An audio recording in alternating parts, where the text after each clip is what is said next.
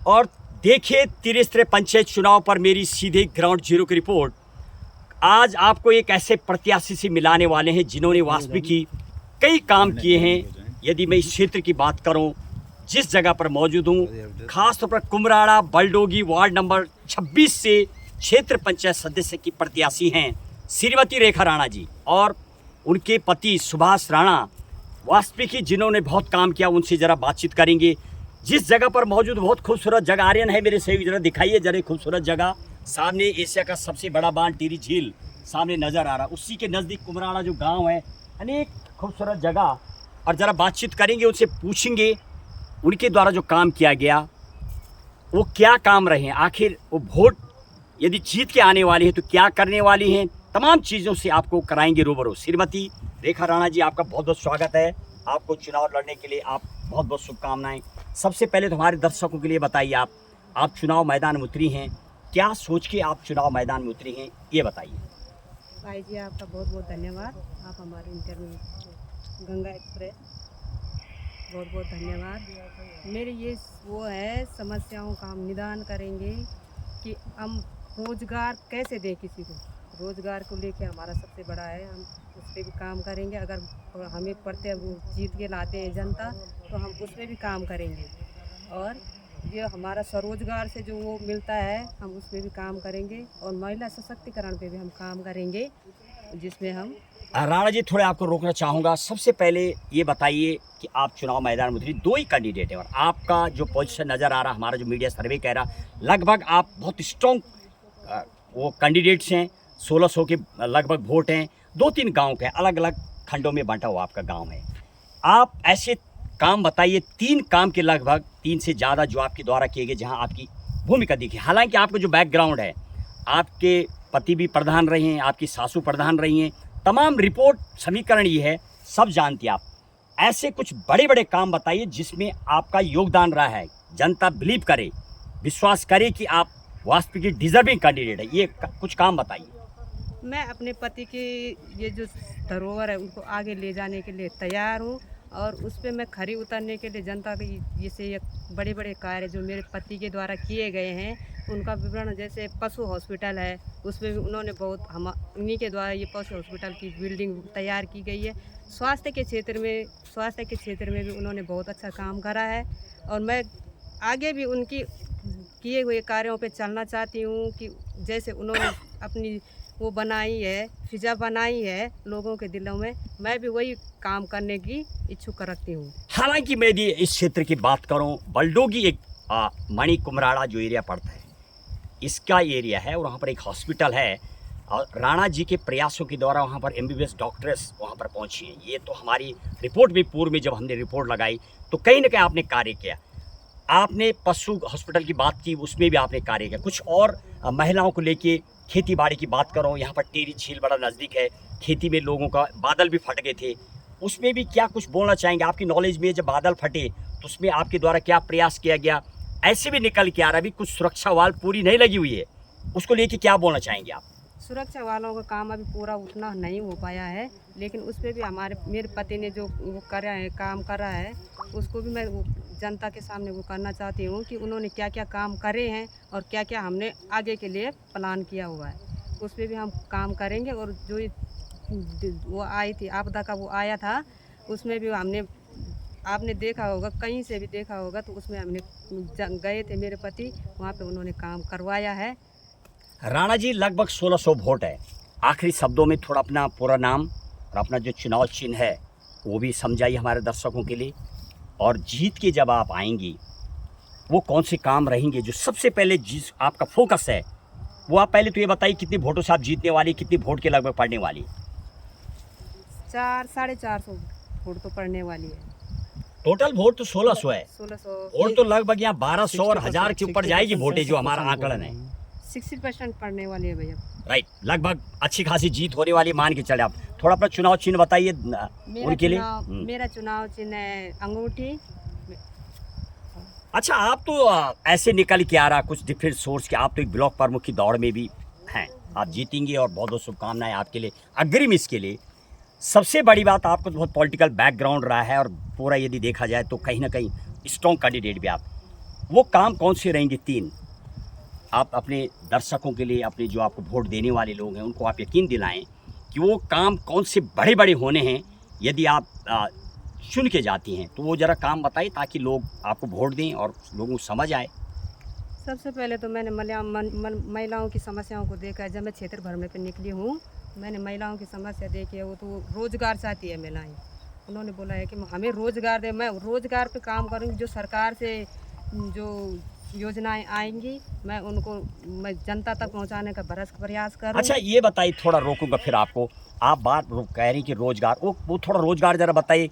जैसे सिलाई का केंद्र खुलवाना या महिलाओं को लेके, देखो लोगों ने खेती छोड़ दी है, प्लान टू चिन्याल रोड, प्लान टू शहर में, इसको रोकने का भी थोड़ा आप कैसे आप रोकेंगे, ज़रा थोड़ा आइडिया बताइए, प्रैक्टिकली समझाइए कैसे रोज़गार देना चाहेंगे आप। तो क्या, हाँ, सिलाई मशीन आजीविका मिशन चल रहा है हमारे उसमें। आजीविका मिशन से सिलाई कढ़ाई बुनाई, उसमें खेती वो कृषि का भी होता है और खेती का वो मशीन जैसे रोज़गार देने का भी होता है। तो उसमें हम काम करेंगे। महिलाओं को स्वरोजगार के माध्यम से अब उनके उस स्तर से उठाने का प्रयास करेंगे, जीरो ग्राउंड से उठाने का प्रयास करेंगे उनको।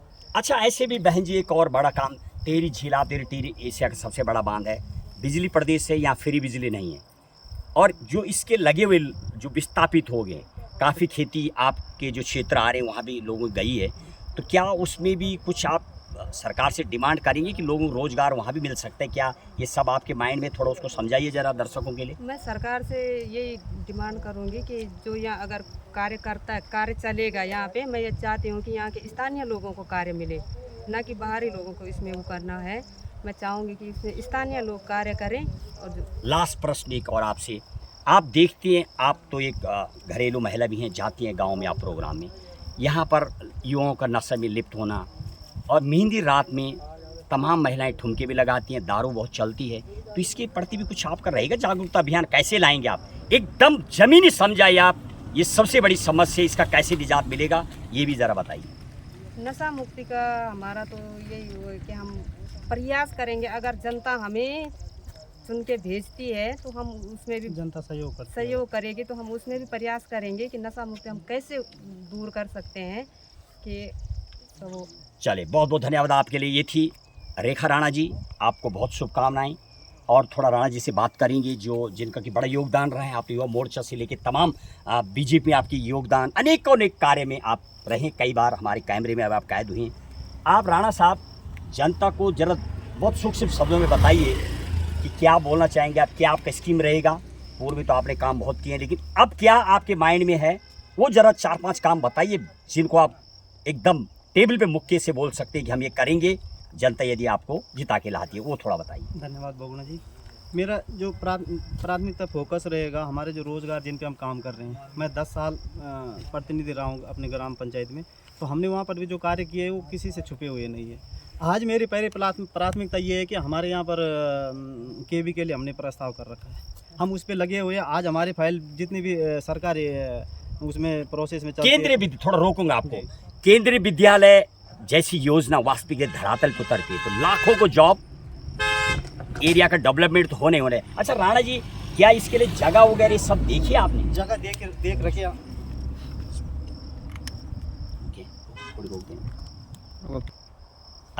राणा साहब ये बताइए, जो आप, ये तो बहुत बड़ी योजना है केंद्रीय विद्यालय वाली, तो इसके लिए क्या जो जगह है ये प्रॉपर प्रस्तावित है, मतलब है ऐसी जगह, वो जरा बताइए। जगह प्रस्तावित है। राइट। हमारे पूर्व में जब हमारे एचआरडी मिनिस्टर डॉक्टर निशंक साहब थे तो उस समय उन्होंने एक योजना लाई थी कि प्रत्येक ब्लॉक में एक केवी खुलेगा। तो हमने उसी समय से उसमें प्रस्ताव दिया था, और हमारे यहाँ पर पीछे थौलों में बहुत अच्छी ज़मीन है, प्लेन ज़मीन है, जिसके लिए हमने प्रयास किया, और आज हमारी फाइल शासन तक पहुँच चुकी है। और हम उसमें निरंतर कार्य कर रहे हैं। मेरे 2-3 साल से उस पर मैं लगा हूँ। मैं कई बार इसमें सर्वे करवा के, शिक्षा विभाग से, राजस्व विभाग से सर्वे करवा के आज हमारी फाइल शासन में जा रही है। और हमारी प्राथमिकता वही रहेगी, पहला फोकस हम अपने क्षेत्र में एक ऐसे विद्यालय खोलें कि जो ये छोटे छोटे प्रत्येक गांव में विद्यालय हो, छात्र संख्या घट रही है। अगर ये के भी हमारे पास खुलता है तो हमारी कहीं ना कहीं जनता के भी भला है और जरूरत भी है, और शिक्षा के क्षेत्र में बहुत महत्वपूर्ण कार्य होगा। राणा साहब आप जानते हैं, ये जो दूसरा टिहरी जो झील है जहाँ पर बिजली उत्पाद होती है, कोई ऐसी व्यवस्था नहीं है अभी तक जो रिजर्वेशन हो या जिनकी भूमि कटी, क्या ये भी इसके बारे में कुछ? मेरे इसमें पहली प्राथमिकता यही है कि जब हमारा ये क्षेत्र डूबा था, जो हमारी ज़मीन उपजाऊ ज़मीन थी वो सारी डूबी है, और हमारे दोनों गांव कुमराड़ा हो बल्डो के आंशिक डूब क्षेत्र में था, तो हमारे पहले प्राथमिकता ये थी कि हमें पूर्ण विस्थापित किया जाए। उसमें भी हम निरंतर प्रयास कर रहे हैं। दूसरी है कि जब TIDC ने टिहरी डैम बना है तो इनके पास एक बहुत बड़ा CSR फंड होता है। ओके। CSR फंड से हमने वहाँ पर पिछले साल यहाँ पर इस सड़क के लिए 4 दिन की भूख हड़ताल हमने यहाँ पर की थी पीछे। तो उस समय हमने उसमें TIDC के भी यही मुद्दे रखे थे कि जो CSR फंड आप खर्च करते हो हमारे क्षेत्र में खर्चा हो, हमारे क्षेत्र में उसका विकास हो। उसमें हमने यहाँ प्राथमिकता में कुमराड़ा हो या मेरा बल्डो हो, हमने उसमें TIDC के CSR फंड से बरात घर स्वीकृत करवा रखे हैं। उसमें भी हमें लगेगा कि अगर उसमें हमारा एस्टिमेट जो भी है वो प्रोसेस था, DPR बन के तैयार है, उसमें भी हमें बड़ी उम्मीद है कि पैसा बहुत जल्दी मिल जाएगा। कहीं ना कहीं सर राणा जी को पता है CSR फंड की जो आप बात करें, बहुत कम लोगों को पता होता है। तो आइए ऐसे प्रतिनिधि को चुनिए जिनको पता हो पैसा कैसे आता है, कहाँ से आता है, क्या योजनाएं धरातल पर उतरती हैं, तो आप तो उसके माहिर भी हैं। लेकिन राणा साहब, दूसरी बात, जब हम सर्वे करें कई जगह तो ऐसे भी निकल के आते हैं, लोगों को कहना होता है कि आप जो काम करना चाह रहे हैं, एलिगेशन भी लगाते हैं, आप सिर्फ ठेका चाह रहे हैं, सिर्फ अपना भला चाह रहे हैं, तो उन लोगों को आप क्या बताना चाहेंगे कि आपका ऐसा कोई मकसद नहीं है? जो भी क्या बोलेंगे आप उसको लेकर के, कई लोगों के दिमाग में रहते हैं, तो क्या बोलेंगे आप? मेरा एक यही, मैं उनको यही कहना चाहता हूँ कि देखो, अपना अपने कोई बिजनेस हर कोई करता है, कोई डॉक्टरी कर रहा है, कोई नौकरी कर रहा है, कोई ठेकेदारी करता है। तो ठेकेदार मेरा एक प्रोफेशनल बिजनेस है। हमने सरकार से कहा है कि जो जब प्रतिनिधि बनता है तो 100 दिन की गारंटी की हमारी सरकार दे रही है मनरेगा में।